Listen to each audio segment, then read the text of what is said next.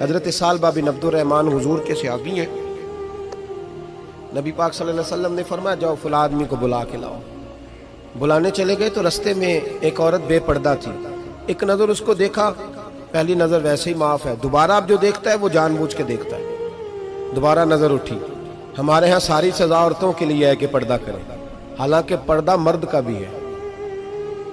जी घूरने लग गए आप मुझे।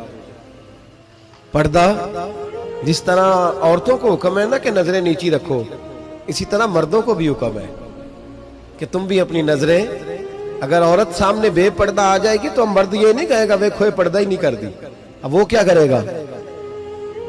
बोले तो फिर मर्दों का भी पर्दा हुआ कि ना हुआ?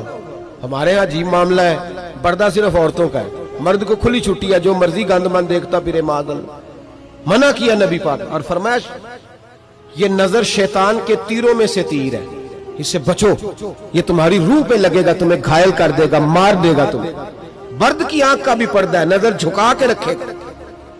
सालबा बिन अब्दुर्रहमान रज़ियल्लाहु ताला अन्हु गुजर रहे थे। ये सालबा नाम के 7 सहाबी हैं महबूब के।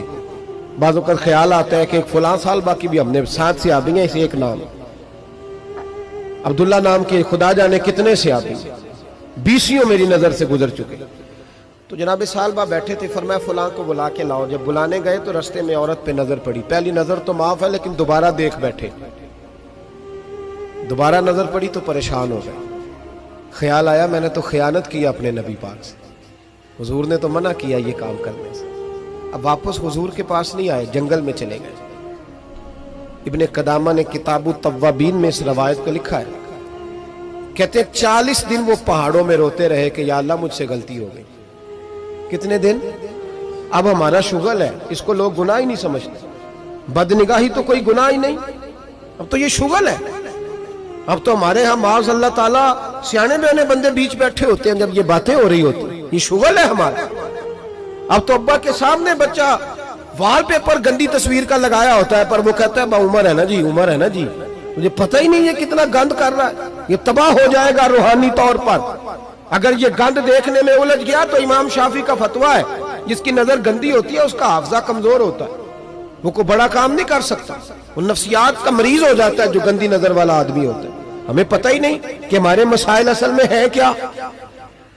तो 40 दिन जंगल में रोते रहे, 40 दिन। महबूब सारा कुछ जानते थे पर खामोश रहे।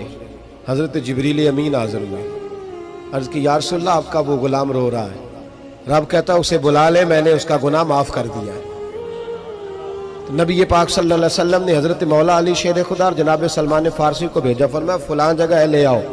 कहते जब हम गए तो 2 पहाड़ों के दरमियान जनाब सालबा तड़प के रो रहे, हमें देख के और रोए। कहने लगे अली मेरे बारे में कोई आयत तो नहीं नाज़िल हो गई?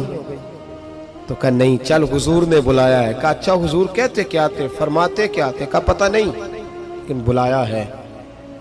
कहते जब हमारे साथ चलने लगे, मस्जिद नबवी करीब आई तो कहने लगे अली बहुत बड़ा गुनाह कर बैठा हूँ, नजरें मैली हो गई, वुजू नहीं आंखों का, मुझे डायरेक्ट ना लेके जाओ हुजूर के पास। जब नबी पाक नमाज की नीयत बांध लेना फिर मैं जाऊंगा, मैं पीछे खड़ा हो जाऊंगा हुजूर के। मेरी तबीयत में हौसला नहीं। हाँ, यहाँ तो पता नहीं मैं किस तरह इश्क रसूल का दावा करता हूँ मिंबर पर बैठकर, और हमारी ये मिलाद आएगा तो महफिल मिलाद में इस तरह के दावे होंगे स्टेज पर के अलमान वाला फीस, पता नहीं क्या क्या लोग कह देंगे, पता नहीं हमें हम क्या है और हम क्या कह रहे हैं, मन आनम के मन दानम, पता ही नहीं, और कितना बड़ा दावा कर दिया। कब मेरे अंदर ताकत नहीं सामना करने। मौला अली फरमाते हैं जब हुजूर ने मगरिब की नमाज की नीयत बांधी तो उन्होंने भी पीछे नीयत बांध ली। इत्तेफाक की बात यह कि हुजूर ने पहली रकत में सूरह इन्फितार पढ़नी शुरू कर दी, इज़ा समाउन फतरत व इज़ल कवाकिबुन तसरत व इज़ल बिहार फुज्जिरत। कहते जब महबूब इस आयत पे पहुंचे ना कि या अय्युहल इंसानु मा गर्रका बिरब्बिकल करीम, ए इंसान तुझे किस चीज ने धोखे में डाल दिया, हालांकि तेरा रब तो बड़ा ही करम करने वाला है, तू किस तरह किसी और के धोखे में। बिरब्बिकल करीम, और ज़मीर वाहिद है, मैं तफसीर पे नहीं जाता, कहा तेरा अपना रब, बिरब्बिका तेरा अपना रब, तेरा रब तो बड़ा करीम है, तू फिर भी कहीं और चला गया। जब ये आयत सुनी तो पीछे चीख मारी, बेहोश होके गिर गए। घर वाले घर ले गए। नमाज मुकम्मल हुई तो हुजूर ने फरमाया क्या हुआ? अर्ज की हुजूर वो तो रो पड़े थे, घर ले गए। महबूब पीछे गए तो बेसुध पड़े, तेज बुखार हो गया।